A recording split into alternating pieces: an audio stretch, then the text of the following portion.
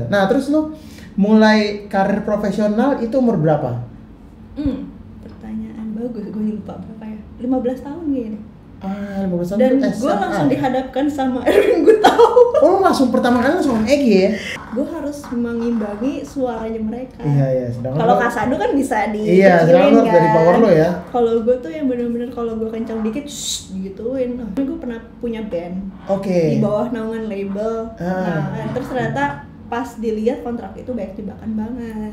Terus gue penasaran, terus sebenarnya kontrak itu kayak gimana sih aturan mainnya? Apa sih yang kita bisa usahakan di dalam kontrak itu. Ya udah akhirnya gue kayak ngambil sekolah hukum deh. Hi there, aku Jess. Aku Kanesha Yusuf. Aku Claire Cutie. Aku Rachel. Nama saya Farel. Saya Regina Ivanova. Aku Latisha Diva. Gue Viola Rivilla. Gue Alvalino Kasendan. I'm Gladys Setiawan. Gue Cinta Najo. Aku Lydia Alisa. Saya Chris. Saya Noella. Kami Three Souls. Aku mau ngingetin kalian buat jangan lupa Nonton Mudik. Nonton Mudik, saksikan Mudik. Musik untuk pendidikan. Musik untuk pendidikan. Musik untuk pendidikan. Musik untuk pendidikan. Tanggal 2 Mei 2021.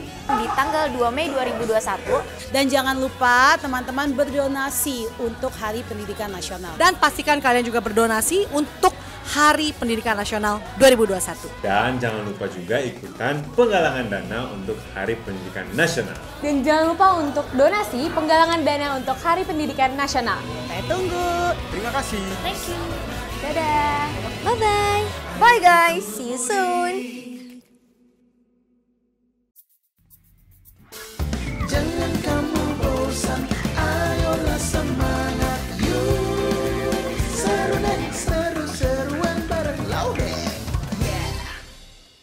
Nah, balik lagi ke hukum nih, kan juga nggak banyak yang gue kenal, maksudnya teman-teman yang musik tapi berkecimpung juga di dunia hukum gitu. Jadi mungkin gue akan nanya sedikit tentang ya permusikan lah hukum. Karena sekarang juga lagi hot diperbincangkan lah ini kan masalah hak cipta, hak kekayaan intelektual, itu keseluruhan ya kalau kekayaan intelektual. Nah, mungkin yang basic deh, perbedaan antara hak cipta apa aja sih biasa ini? Mechanical right, performing right. Oke, kalau mechanical right itu kalau di undang-undang hak penggandaan ya. Oh, di undang-undang namanya hak penggandaan. Jadi hak seseorang untuk menggandakan komposisi lagu gitu, untuk direproduksi ulang, untuk diselaraskan sama visual, misalnya untuk jadi soundtrack film, untuk misalnya ya sebenarnya yang kayak reproduksi sih paling gampang gitu. Lo kayak mainin lagunya misalnya Mas Yofi gitu, lo harus izin mechanical right supaya lo bisa mendistribusikannya entah itu di DSP atau di YouTube gitu. Gitu. Itu berarti mechanical right. Nah, kalau si performing right? Performing right itu misalnya lo punya lagu, terus lagunya di play di radio, di TV, dimainin di konser, pokoknya yang benar-benar diumumkan di public space lah gitu. Misalnya lagu lo di style di kayak karaoke. Gitu, terus misalnya di merchant di mall kayak gitu-gitu juga harusnya masuk ke hak pengumuman gitu. Oh, oke. Ini gue ngomongnya bahasanya lebih simpel aja. Lebih simpel, iya. Emang yang simpel-simpel aja. Kalau yang ribet musisi nggak ada yang ngerti. Maksudnya gua nggak ngerti. Soalnya kalau ngomongin turunannya masih banyak. Iya, benar. Maksudnya tapi menurut gua, ya makanya kenapa gua tanya itu karena menurut gua minimal pengertian basic itu benar dulu. Kayak nih mechanical right, karena di luar sana banyak yang berkoar-koar, ini hak cipta. Mereka juga nggak ngerti. Jadi kayak maksudnya yang penting basicnya dulu tahu mechanical rights itu apa, performing rights itu apa gitu. Nah, sedangkan kan ya mungkin karena sosial media juga, sedangkan dulu kan sebenarnya banyak lah, maksudnya kita mainin itu di acara kampus, mainin lagu orang gitu, ya udah gitu. Karena kan emang ya sekali aja gitu loh. Sedangkan sekarang udah ada sosial media, jadi kayak lo main sekali lo bisa ditonton bertahun-tahun gitu. Sedangkan kasihan si pemilik lagunya nggak dihargain. Nah, menurut lo sendiri dan mungkin yang lo pelajarin dan sedang lo geluti sekarang ya, apa step-step yang sebaiknya dilakukan oleh teman-teman yang mungkin ya mungkin sekarang lagi hit selebgram cover deh. Step-stepnya gimana untuk, maksudnya step yang benar ketika lo pengen cover lagu gitu? Ya sebenarnya logika yang paling simpelnya adalah lo mainin lagu orang, istilahnya lo minjem barang orang. Masa lo nggak izin sih? Ya. Gitu. kalau lo posisinya dibalik pun pasti lo nggak ini dong, maksudnya barang gue dipinjam tapi kok nggak izin gitu kan, kesal juga gitu. Jadi kita di industri musik harus saling menghargai lah gitu. Tapi kalau misalnya lo nggak mau minjem lagu orang gitu, ya lo ciptain sendiri itu gampang kan sebenarnya gitu. Karena kadang-kadang kalau mau cover aja ribet banget misalnya gitu, tapi lo nggak tahu saya effort di belakang lagu itu tuh seperti apa sehingga menjadi hits gitu kan. Lo nggak akan pernah tahu sampai lo nyiptain lagu sendiri yang benar-benar ngehits gitu. Ya akhirnya gimana rasanya lo jadi. Nah berarti kalau misalnya si teman-teman ada yang mau cover lagu, itu berarti izinnya mechanical rights atau performing rights? Mechanical rights doang ya? Ke penciptanya langsung atau ke publishernya gitu. Oke, nah mungkin orang teman-teman belum tahu di publisher tuh apa. Orang pasti sering dengar publisher. Publisher itu apa sih? Oke. Banyak orang kayak salah ya antara publisher sama digital distribution agregator. Iya, karena ya maksudnya zaman sekarang baru kayak ternyata ini ada spesifikasi. Kalau zaman dulu kan tuh label doang.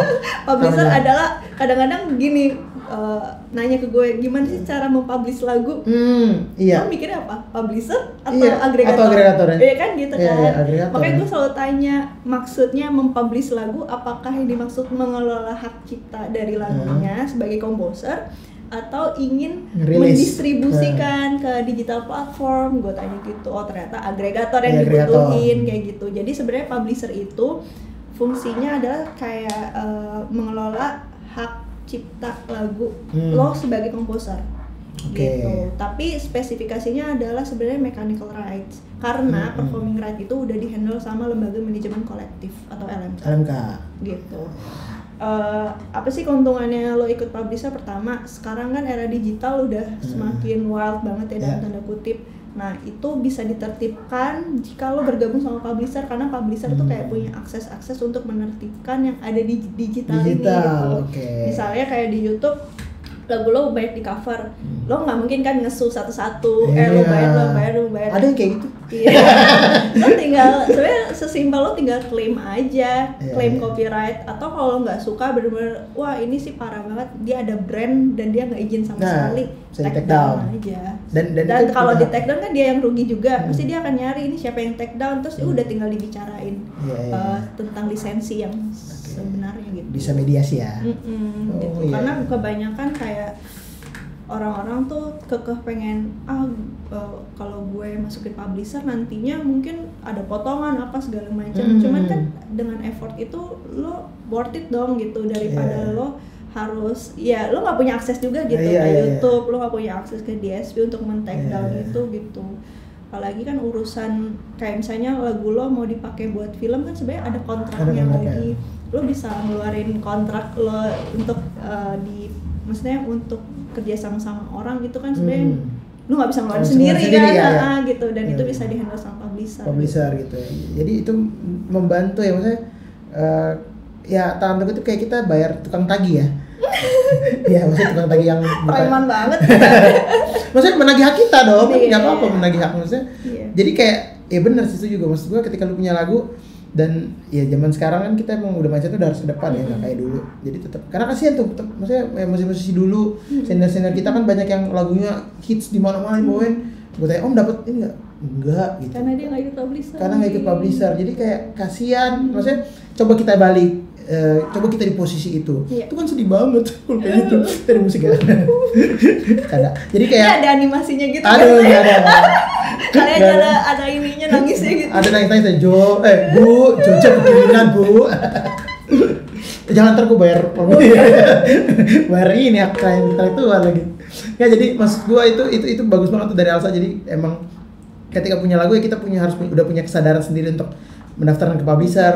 Dan begitupun sebaliknya ketika kita ingin menjadi orang yang gue suka banget sama lagu ini, gue pengen coba cover pengen coba bikin, ya nggak sebenarnya itu nggak salah. Jadi dan jangan takut dikasih biaya mahal gitu, lisensi yang mahal, jangan takut itu dulu. Yang penting kan niat kita baik untuk izin dulu, sebenarnya udah diapresiasi. Dan dan kayak pencipta atau publisher pun lihat dulu kali ini siapa, orangnya siapa, apakah dia segimana sih income atas coverannya gitu kan, kita juga bisa ngitung dari situ apakah ada brandnya gitu. Oke. Jadi maksudnya bisa dibicarakan dengan baik-baik ya. Yang penting Jadi maksudnya teman-teman jangan takut dulu, jangan keburu negative thinking dulu bahwa wah ini mah duit mulu enggak juga. Ini masalahnya mengapresiasi ya. Nah ngomong-ngomong soal itu gue juga tadi menarik kayak lu bilang kan publisher atau pencipta lagu yang melihat dulu ini siapa yang bawain, ada brand atau enggak. Nah itu secara global aja ya.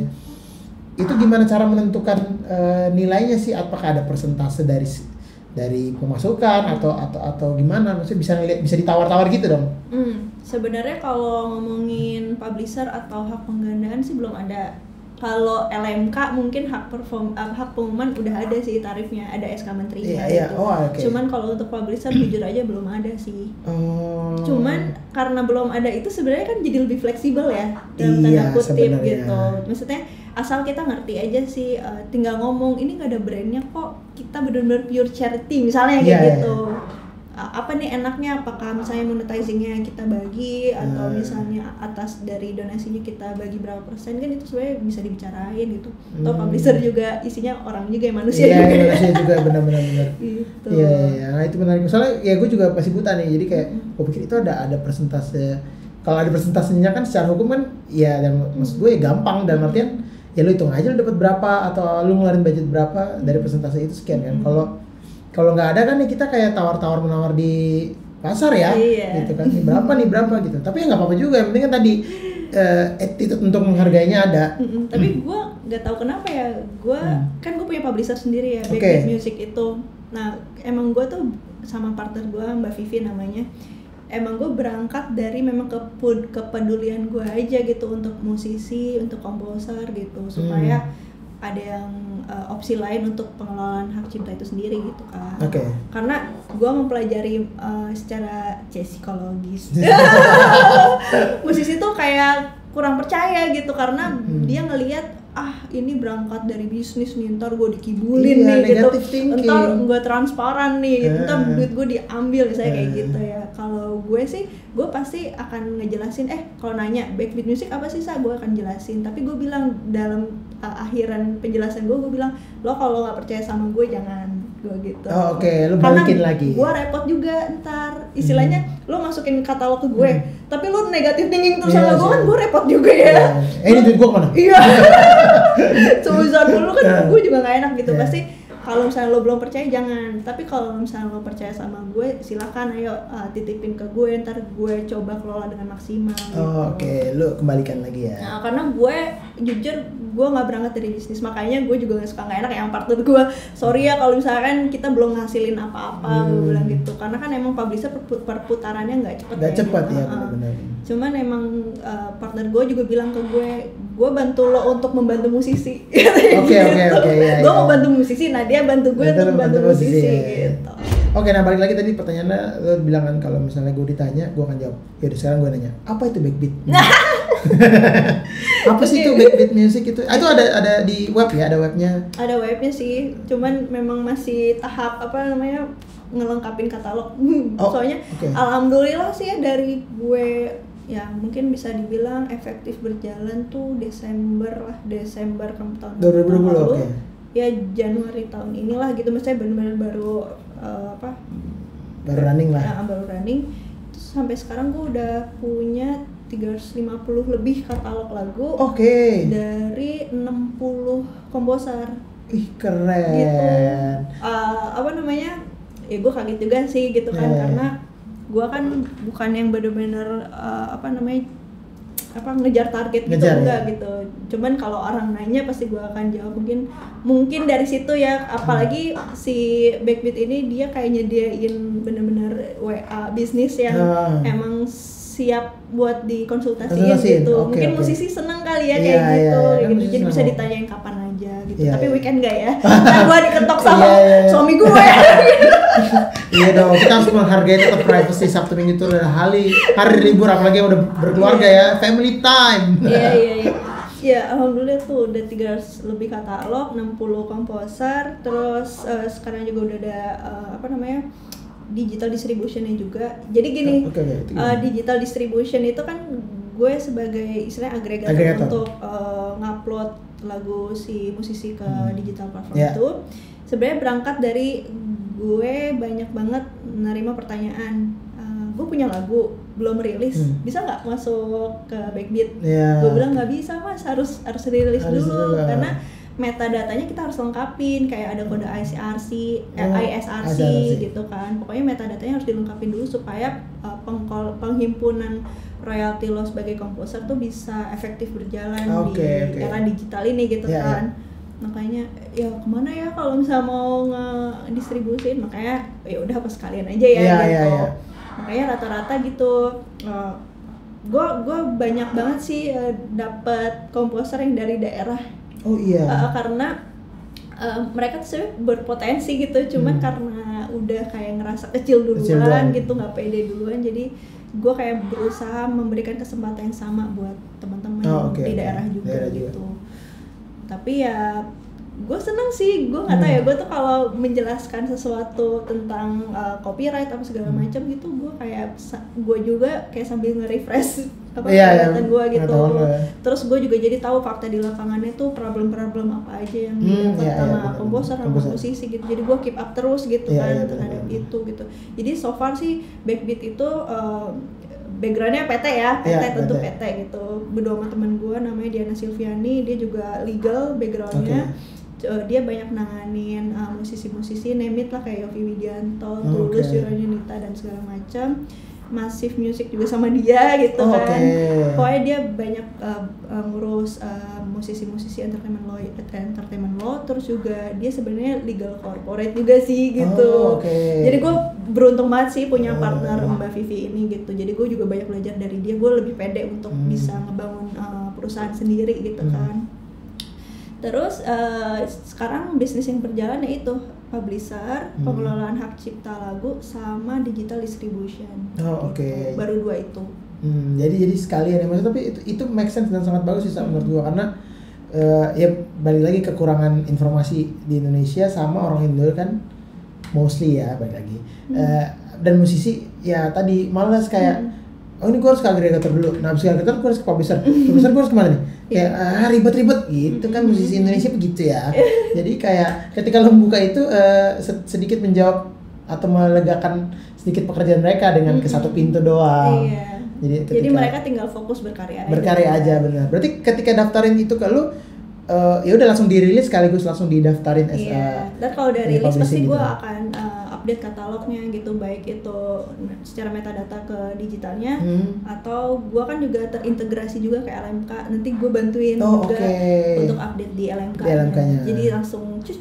Keren. Jadi teman-teman yang mungkin penasaran boleh langsung cek di www.backbeatmusic.com, dan juga ada Instagram nggak? Ada. Dan Backbeat Music. Backbeat Music. Ini bukan studio, Backbeat Music. Beda kok spellingnya. Beda. Back ini ya gimana spellingnya gimana? Tas. Kan kalau itu back belakang. Iya belakang. Ini back tas. Beatnya tetap. Ya udah definisi namanya. Kenapa lu memilih namanya Backbeat Music? Gue tuh sama partner gue tuh kayak aduh apa ya nama yang tepat gitu, karena gue juga orangnya nggak cukup kreatif juga ya. Apalagi partner gue yang nyerahin semua ke gue karena dia benar-benar orang legal aja gitu kan, bukan musisi gitu. Akhirnya gue mikir gue kayaknya gue sebagai drummer gitu kayaknya lucu juga ya kalau misalnya ada yang hubungan sama beat gitu kan. Terus apa ya, tapi kan kita juga ngumpulin katalog musik gitu, jadi berarti tasnya beat masuk semua. Keren. Definisi yang bagus. Nggak, setidaknya ada meaningnya gitu loh namanya kan. Tas beatnya dia masuk di situ.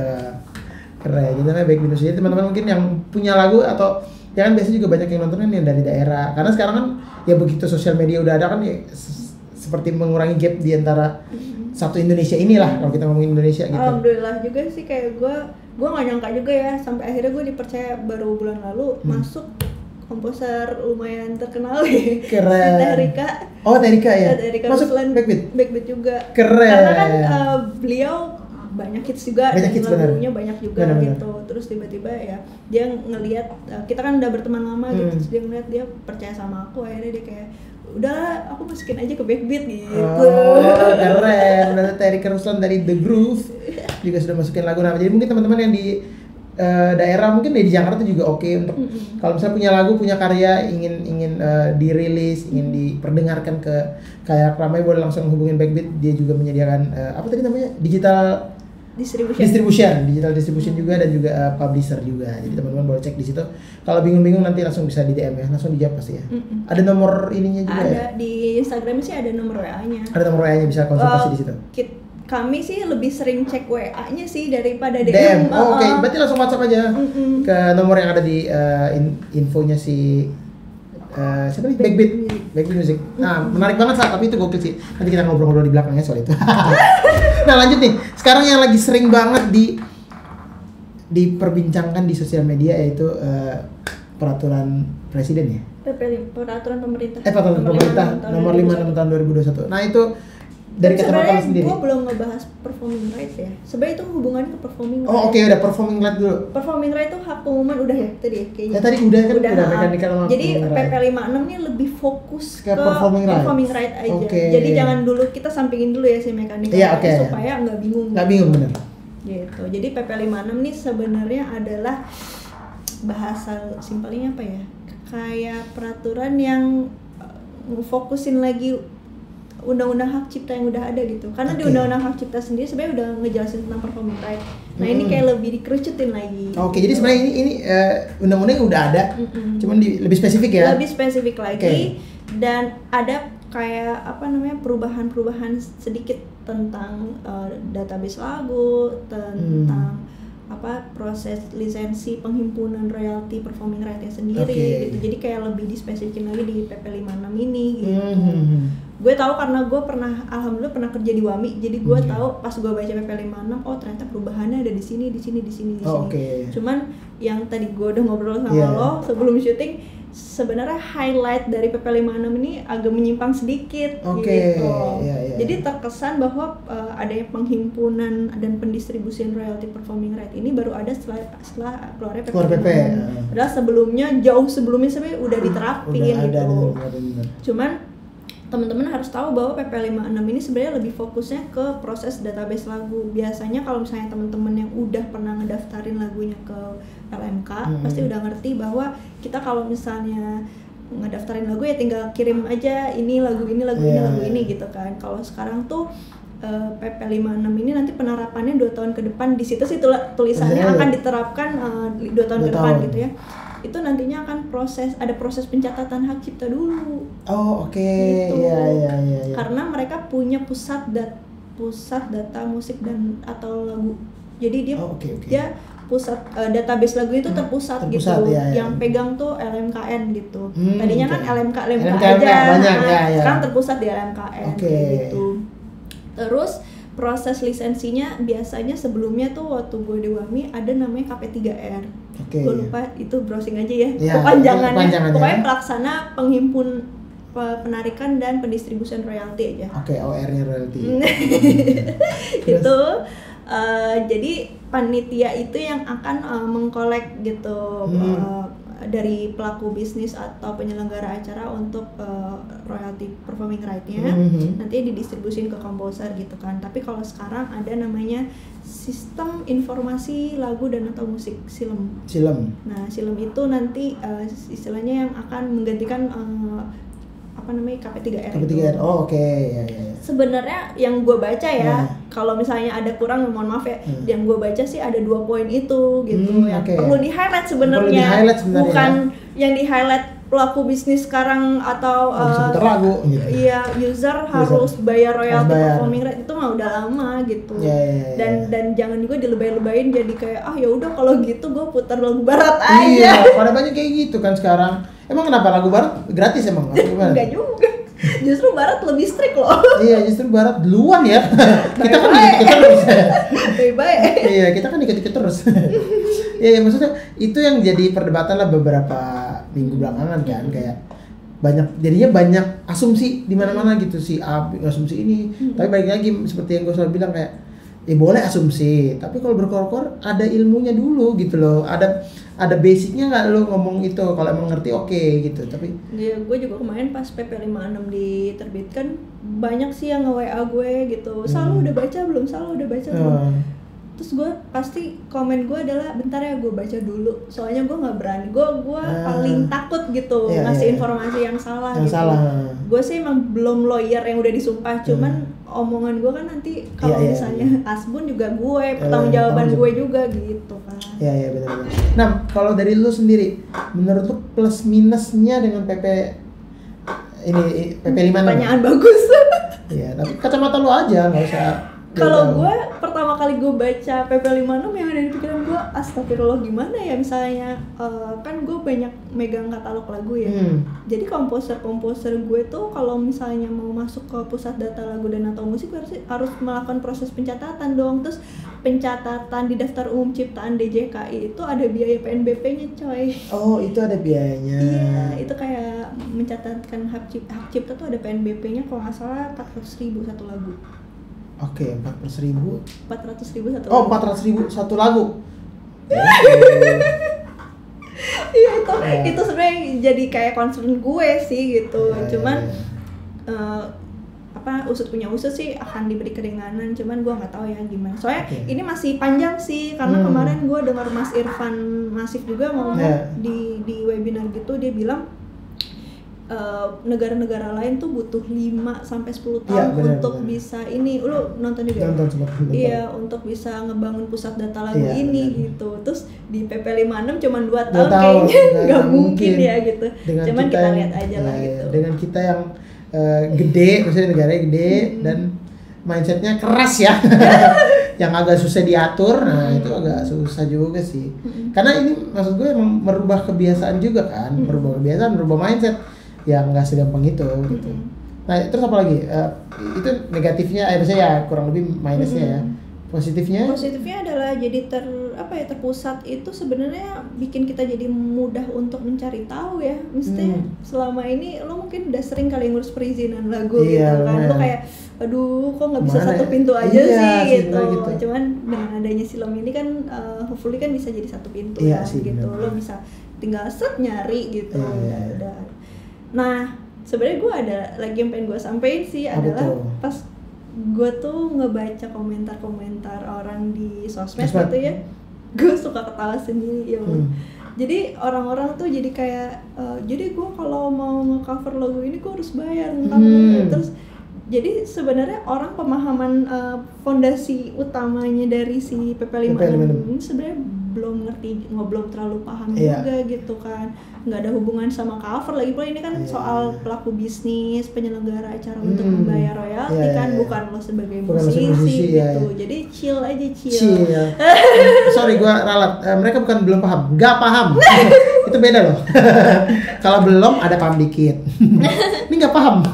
Terus juga katanya ntar kalau gue punya warung, terus warung gue kalau gue ngeplay itu ntar gue dimintain royalti gitu kan. Dan di PP 56 juga udah dijelasin bahwa UMKM tuh diberi keringanan. Jadi gitu. Chill. Nggak, karena emang mindset awalnya sudah negatif duluan. Jadi ketika apapun beritanya juga pasti aduh nggak deh gitu. Dan bayar royalty itu maksudnya ya kalian jangan pelit-pelit lah. Kan kalian ada dapat revenue juga dari jualan kalian, dan ini maksudnya sama-sama menguntungkan sesama rakyat Indonesia gitu loh. Jadi sebenarnya kalau lo mau mensupport ekosistemnya industri musik, lo harus dukung gitu segala peraturan yang akan disusun atau disahkan gitu. Kenapa? Karena sebenarnya itu kayak langkah kecilnya kita untuk bisa hukum kita tuh bisa bisa melindungi yang kemajuan teknologi bisa mengikuti kemajuan teknologi. Lo ingat gak sih zaman RUU permusikan? Gue tuh kesel banget sih sebenarnya ya. Itu rame banget karena kan. Ini lo please banget ya buat ini, kalau misalnya gue salah mohon maaf ya. Cuman untuk para musisi kalau misalnya ada yang kurang tepat, mbok ya kita bareng-bareng ngomongin, direvisi aja gitu, jangan ditolak. Nggak usah ditolak ya. Karena itu kan juga belum disahin, masih rancangan kan. Benar-benar. Ya please kita harus duduk bareng, kita harus sama-sama gandengan tangan gitu untuk bisa menjadikan ekosistem yang lebih baik gitu. Jangan pesimis duluan. Jangan pesimis duluan ya. Gua kan Misalnya karena gue bapernya adalah gue sekolah hukum. Sebenarnya gue niat awal gue adalah untuk membantu musisi gitu dari segi hukum, karena kayaknya benar-benar faktor utama dari industri musik adalah hukum juga gitu kan gitu. Makanya dengan apa-apa udah ditolak, apa-apa udah dipesimisin, apa-apa udah disuzonin gitu, gue sedih aja sih gitu. Benar-benar. Gue setuju nih. Jadi emang mindset utamanya mungkin gue sebagai musisi ya, maksudnya kan gue nggak belajar hukum, nggak ngerti hukum juga. Jadi mungkin mindset awalnya tuh kita harus kayak menerima mindset bahwa semua perubahan yang dilakukan ini sebenarnya tujuannya adalah untuk untuk memajukan ekosistem dan juga industri musik Indonesia. Nah, itu dulu yang kita harus pahamin. Jadi ketika mindset kayak gitu, nah baru tuh ketika ada perubahan kita baca dulu, kita ngertiin dulu. Oh kayaknya ini kayaknya nggak ini kayak merugikan gue deh. Nah itu tinggal diomongin kan. Jangan mindsetnya kayak lu maunya jahatin gue dulu, lu belum baca dan lu nggak ngerti maksud dia bikin itu untuk apa kan gitu. Lu udah ngejudge duluan ya. Itu yang nggak baik. Maksudnya itu nggak hanya musik lah kan, sebenarnya kehidupan tuh kan begitu kan. Asik. Gue Mario Teguh juga ya nih.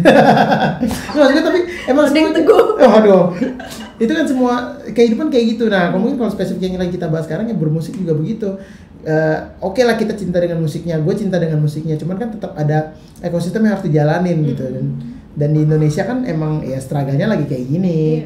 Dan mindset awalnya itu benar jangan ya tadi jangan negatif dulu. Yang penting intinya kita mindset sama-sama nih ngebangun nih. Bedanya kan kayak misalnya Alsa dari sisi hukumnya yang dia mengerti dan juga paham. Kalau kita nggak ngerti ya kita tinggal tanya aja ke yang ngerti. Gitu. Kalau emang ada yang tidak sesuai ya tinggal diomongin aja gitu. Apalagi tadi kalau spesifik lagi ke PP 56 emang sebenarnya musisi kan nggak dirugi-rugiin banget. Cuman kadang ada musisi yang mikir gini nih, ini gue baru ingat. Ada musisi yang mikir kayak dia ngerti, emang dia nggak bayar. Dia ngerti nih, emang dia nggak bayar. Habis itu oke lah ya kan. Oh oke nih ngerti. Cuma dia jadi mindsetnya asumsi sendiri kayak, lah kalau gitu kan kasihan kafe-kafe harus bayar lebih, ntar gue nggak diajak lagi. Ya itu kan bukan urusan elu, teman-teman. Yang punya. Tapi gini sih, emang gue mendengar isu ya. Mungkin lo juga mendengar isu bahwa dengan ada PP 56 ini, jadi kafe tuh kayak istilahnya ngancem musisi-musisi yang manggung reguler di kafe dipotong fee-nya karena dengan alasan dengan berdalih dia harus berkewajiban bayar royalti gitu kan. Gue bukan lawyer yang ini, cuman itu sebenarnya salah sih gitu secara hukum itu nggak dibenarin gitu. Karena itu membebankan tanggung jawab lo ke orang lain, itu salah gitu. Itu sebenarnya tanggung jawab si pemilik usaha dong gitu. Kenapa dibebanin ke anak musisi? Itu sebenarnya salah gitu secara hukum gitu. Gue cuma mau nyampein itu, siapa tahu ada yang nonton nih pemilik kafe ya. Kalian tolong ya. Nah, sama ada satu lagi mungkin yang harus kita jelasin sedikit jelas gitu, bahwa royalti potongannya juga tadi udah ngobrol sama Alsa, itu sebenarnya nggak gede. Jadi maksudnya kita jangan fokus ke dipotong nih dia ngambil duit. Ya oke, memang kan dia ngambil, tapi kan dia ngambil adalah hak orang lain nih, hak si pencipta lagu, bener kan? Itu satu. Yang kedua adalah potongnya juga nggak gede-gede banget, coy. Nggak seharga lu sekali manggung juga. Gitu. Potongnya kayaknya sekali lo manggung buat setahun. Iya tuh. Jadi kayak kurang lebih berapa sih Sa, di PP itu? Jadi di SK menterinya sendiri tarifnya udah diatur.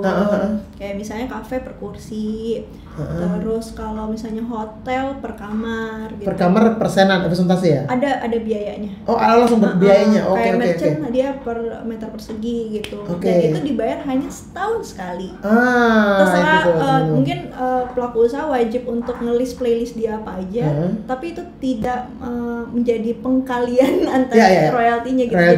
Jadi itu benar-benar per kamar, per kursi, per meter persegi. Gitu. Udah all in ya? Kecuali kalau konser ya, konser 2% dari tiket ya. Kalau nggak berbayar dari biaya produksi gitu. Nah jadi ini mungkin informasi yang bagus juga untuk teman-teman pelaku usaha ya, nggak hanya musisi. Maksudnya kalian juga bayarnya pun nggak bakal gede-gede banget dan tergantung kalian punya tempat semana. TV radio juga dia udah fix. TV radio juga tarifnya kan berapa gitu. Nah dan per tahun. Jadi kayak ibaratnya kalian hanya melaksanakan kewajiban untuk menghargai hak orang lain, tapi juga tidak merugikan kalian juga kok. Bayar setahun terus ada persentase tergantung ada nilainya tergantung gedenya, tergantung banyaknya. Tempat komersial gitu ya. Musik tuh memberikan value juga kan. Iya, banget. Di usahanya gitu. benar. Jadi ya wajar dong. Dia harus membayar. Iya, Coba kafe nggak nyetel musik.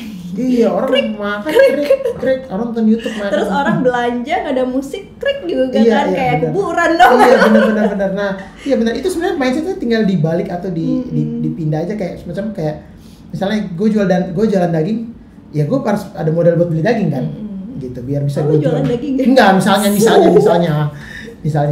jual daging. Misalnya gue jual ayam goreng gitu, buat jadi untung kan gue tetap harus beli ayamnya gitu. Itu modalnya ya sama aja kayak bermusik kan.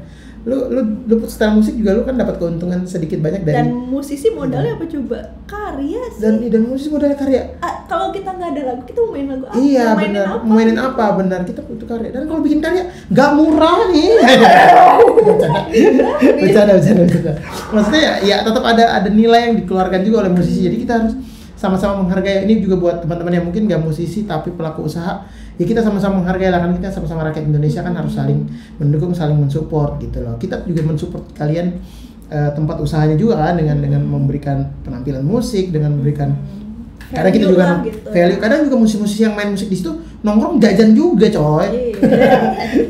Jadi kayak tetap sebenarnya kita ya ini ya simbiosis mutualisme ya. Iya. Saling membantu. Tapi bagus banget informasi dari Hasan nih. Gue juga akhirnya membuka wawasan gue pribadi juga gitu loh. Terus apalagi di PP 56 nih yang menurut lu masih mengganjal? Udah sih, paling gue tinggal ya wait and see aja gitu. Ini penerapannya seperti apa, karena kan juga katanya kan nilai proyeksi sistem informasi lagu dan atau musik ini nggak murah ya. Nggak murah ya. Gue denger, nggak tahu sih, gue denger ya 300M. Oh iya, wow. Dan itu katanya ngegandeng swasta. Nah gue pengen tahu aja, maksudnya gue sih cuman berpesan ya, ini musisi semua dan komposer apa segala macam nih sebenarnya lagi krisis kepercayaan sama ya mau mungkin ke publisher LMK udah pasti di nettingin terus lah, di suzonin terus gitu. Nah ke pemerintahan jangan sampai deh gitu. Maksudku kita tetap kawal dan pemerintah juga harus transparansi gitu, melakukan transparansi gitu atas proyek ini gitu kan. Terus juga mungkin LMK publisher ya kita juga harus menjaga komit kita untuk selalu ngasih laporan yang benar kayak gitu-gitu kan. Soalnya musisi kasihan kan gitu kalau misalnya gue sering banget dengar kayak gue tuh nggak pernah dapat report gitu. Gue nggak pernah dapat transferan royalti. Ada beberapa, nggak semua ya gitu. Ada juga yang bagus gitu reportnya gitu.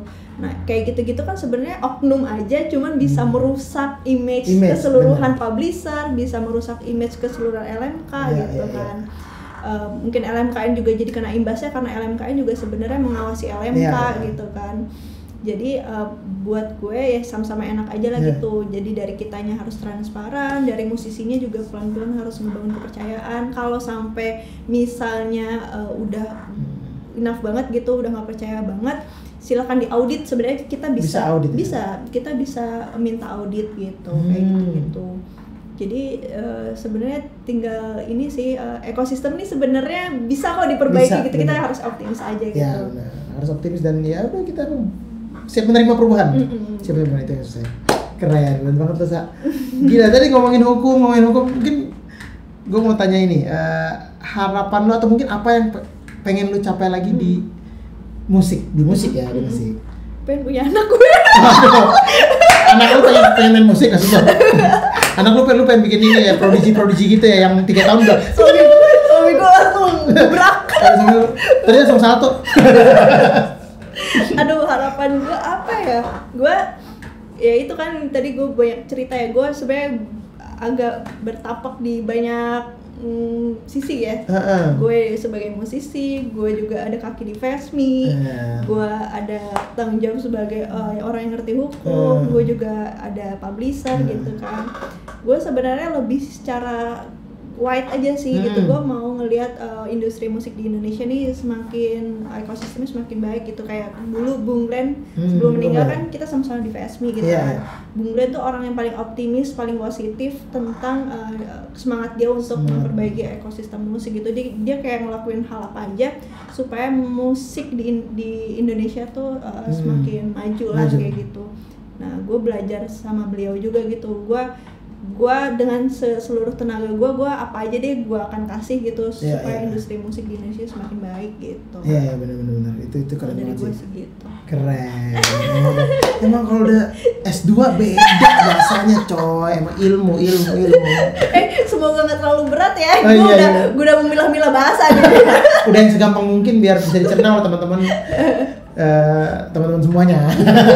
Maksudnya, tapi ini gue juga di episode kali ini gue juga jadi banyak belajar juga maksudnya ya selama ini kan gue tahu aja gitu, mungkin nggak dalam-dalam banget tapi setidaknya kan mengerti, jadi tidak salah mengambil langkah atau tidak salah berasumsi gitu kan. Kadang karena salah berasumsi sehingga menimbulkan hal-hal yang nggak baik kan. Sama gue juga pengen ini agak pesan-pesan sponsor ya. Oh iya boleh. Apa? Ya gue kan tadi gue nyebut FESMI gue jadi ingat gitu kan. Okay. FESMI itu kan ketua umumnya Om Chandra Darisman. Ya buat teman-teman musisi yang emang fokus banget di musik, menjadikan profesi musik itu sebagai apa ya istilahnya pekerjaan utama lo, silakan gabung di FESMI aja. Karena kenapa hak-hak lo sebagai musisi, sebagai profesi ya, ini bukan royalty lagi ya, bukan ngomongin itu, sebagai musisi lo bisa capai jika lo bergabung di FESMI gitu. Kayak misalnya yang paling simpel aja, kayak kita kan musisi nggak punya perusahaan yang menaungi kayak misalnya perusahaan-perusahaan lain gitu ya. Kita bukan yang penghasilannya tetap gitu kan. Di FESMI itu ada BP ketenagakerjaan gitu. Jadi misalnya lo ada kecelakaan kerja amit-amit di tempat kerja lo pas lagi manggung kayak gitu, itu bisa di cover gitu. Lo bisa dapat santunan di situ, jaminan hari tua, kecelakaan kerja kayak gitu-gitu. Terus juga kayak misalnya lo ada masalah gitu di profesi lo sebagai musisi, lo bisa konsultasi di FESMI karena kita kayak punya ada tim penasehat relawan hukumnya gitu. Yang bisa ngasih kayak advice gitu untuk lo menyelesaikan masalah itu gitu. Terus sebenarnya sih gini sih, jadi FESMI itu sebenarnya menaungi serikat-serikat di daerah. Gitu kan, cuman jadi kayak lo daftar ke FESMI nanti lo diarahin ke serikat daerah tempat lo kerja kayak gitu kan. Jadi sebenarnya ini kayak wadah kita untuk sama-sama memajukan profesi kita sebagai musisi gitu. Gitu. Jadi apapun apresiasi lo silahkan juga gitu disampaikan ke FESMI, karena ini kayak wadah aja sih. Selain tadi ada fasilitas-fasilitas itu ya gitu ya. Ini sebagai wadah kita sama-sama untuk bisa supaya profesi sebagai musisi itu semakin dihargai di Indonesia gitu terutama gitu. Keren. Nah mungkin langkah-langkahnya untuk misalnya ada sih www.fesmi.id. Langsung aja cari, bisa kunjungi website di situ, ada cara-cara untuk. Terus kalau Backbeat, Backbeat itu ya www.backbeatmusic.com. www.backbeatmusic.com atau cek di Instagram juga bisa. Nah mungkin ada satu nih terakhir sebelum kita mengakhiri seluruh hari ini. Ada yang bertanya ke gua di komen Instagram, di komen YouTube waktu episode bersama Om Erwin Gutawa yang adalah mentor of a lifetime lo ya. Nah ada pertanyaan gini nih, gua saksi nikah gue lagi. Saksi nikah lo ya? Keren. Nah ini gua akan baca pertanyaan ini karena kebetulan dia baru nanya, Om Egi kan kayak baru berapa sebulan lalu lah kalau nggak salah. Jadi ini gua rasa cocok juga untuk lo. Ini dari ini gua baca nih, Cakil 4 Music Channel. Keren. Cakil 4 Music Channel ya namanya. Nah, dia nanya gini, saya mau nanya bro, berarti sis ya. Saya mau nanya sis. Apakah kesalahan fatal atau tidak jika seorang musisi mengaransemen ulang musik tetapi ia salah menuliskan nama pemegang hak karya cipta aransemen? Sebab pencipta lagu belum tentu bisa mengaransemen musik top 4 kali. Contohnya di lagu Alamat Palsu, pencipta syair atas nama Dadan In, tetapi aransemennya kompos dan arranger. Aransemen dan arranger sama ya, beda ini aja ya, beda kata sifat ya. Aslinya original adalah hak karya cipta Mas Yoto atau Toto Kyoto yang sudah dilisensi oleh lembaga KCI. Oke, sukses buat Om Erwin Gutawa dan My Production. Nah, ini lu bisa menjawab nggak, Cak? Gini dulu deh, gue tarik dulu ya basicnya ya. Gue juga bingung sih. Oke, kalau dalam lagu itu ada namanya klaim kepemilikan notasi dan lirik gitu kan. Biasanya komposisinya itu 50% notasi, 50% lirik gitu kan. jujur aja aransemen belum masuk dalam komposisi. Itu kayak di tahap produksi sih gitu kan. Dan kalau di tahap produksi itu masuknya ke hak terkait yang tadi gue jelasin gitu kalau gitu kan. Mungkin bisa ke LMK hak terkait. Gue nggak yakin KCI karena KCI itu adalah LMK pencipta bro.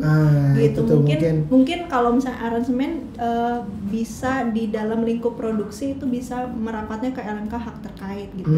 Bisa juga kan kita nggak tahu ya si arranger ini mungkin adalah produser gitu, itu bisa banget ke LMK hak terkait gitu. Tapi kalau ngomongin komposisi lagu pencipta, itu tetap si pencipta lagunya gitu, yang membuat notasi dan lirik gitu. Jadi aransemen itu masuknya ke wilayah hak terkait. Hak terkait. Nah, ya itu bukan aransemen masuk ke hak terkait, maksudnya dalam ranah produksi gitu. Nah, jadi ya mungkin teman-teman si Cakil ini bilangnya masuk ke KCI dan gini sih, kalau Om Erin menurut gue ya nggak salah karena dia kan memakai komposisi lagu bukan memakai aransemen. Nah, iya itu. Aransemen kan tetap aransemen dia. Jadi ya maksudnya jadi mungkin mindsetnya kayak lu lagu ini mah udah ada sama aransemennya ya kan, berarti kan pencipta. Iya, tapi kan dia yang diambil adalah komposisi lagunya doang, aransemennya nggak diikutin.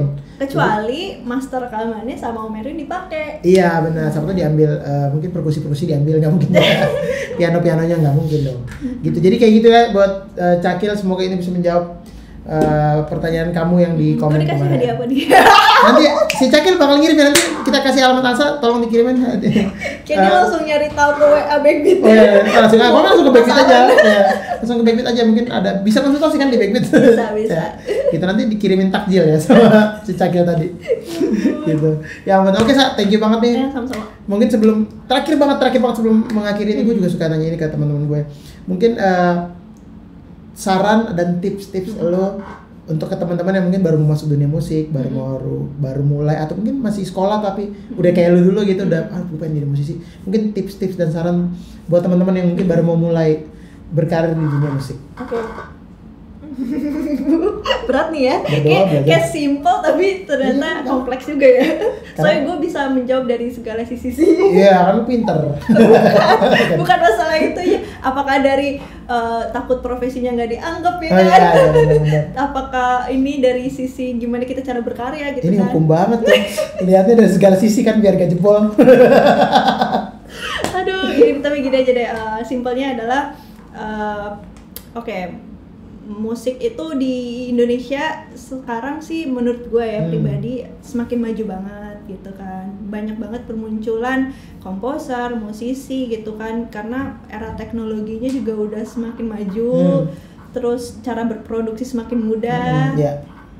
Perilisan lagu juga semakin mudah gitu kan, dan orang juga semakin melek terhadap hukum, terutama hak cipta gitu. Jadi menurut gua kalau misalnya orang berpandangan sebelah mata terhadap musik, lo jangan percaya gitu, karena sebenarnya musik Indonesia juga udah ekosistemnya udah semakin baik banget dari zaman dulu gitu kan. Mungkin kalau zaman dulu dilihatnya tuh kalau musik tuh identik dengan malam lah gitu kan, seks, narkoba, yang negatif lah. Kalau sekarang tuh enggak gitu, karena kalau misalnya lo punya lagu yang ngehits, lo bisa hidup dari royalti dan anak cucu lo juga bisa menikmati karena lo meninggal, ya pasti akan meninggal. Iya, meninggal itu masih berlaku 70 tahun setelah lo meninggal, dan itu kan berarti royaltinya bisa nurun ke anak cucu lo. Itu pertama.